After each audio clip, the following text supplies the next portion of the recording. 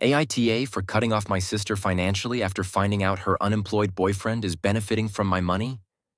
Throwaway account. My sister, 23F, works as a cashier and earns barely above the minimum wage in our state. So, 30M have been supporting her financially. I pay half her rent and her utilities and regularly send extra money for things like groceries or hair appointments or whatever she needs money for. I never really minded because I earn about 4 times what she does. About 5 months ago, she started asking for money much more often. She always had a reason, and I sent her money without question because I want her to feel I will always help her out.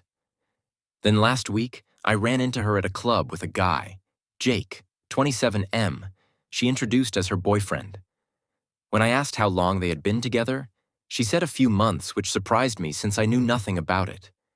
She got evasive and annoyed when I asked her more questions. That made me uneasy.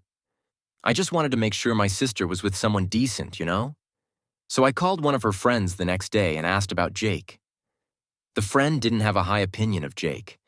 She told me Jake has been basically unemployed for over 2 years because he can't keep a job. He moved in with my sister 4 months ago after they had only been dating for a month. He stays home while my sister goes to work and isn't really doing much to get a job. I knew nothing about this. I have been paying rent for an apartment he lives in without contributing anything.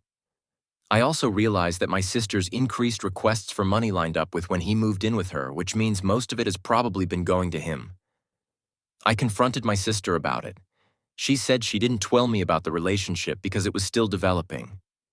I told her I would stop covering half the rent going forward since she now has a roommate who should pay the other half. I will still pay the utilities, but I am cutting back on any extra cash.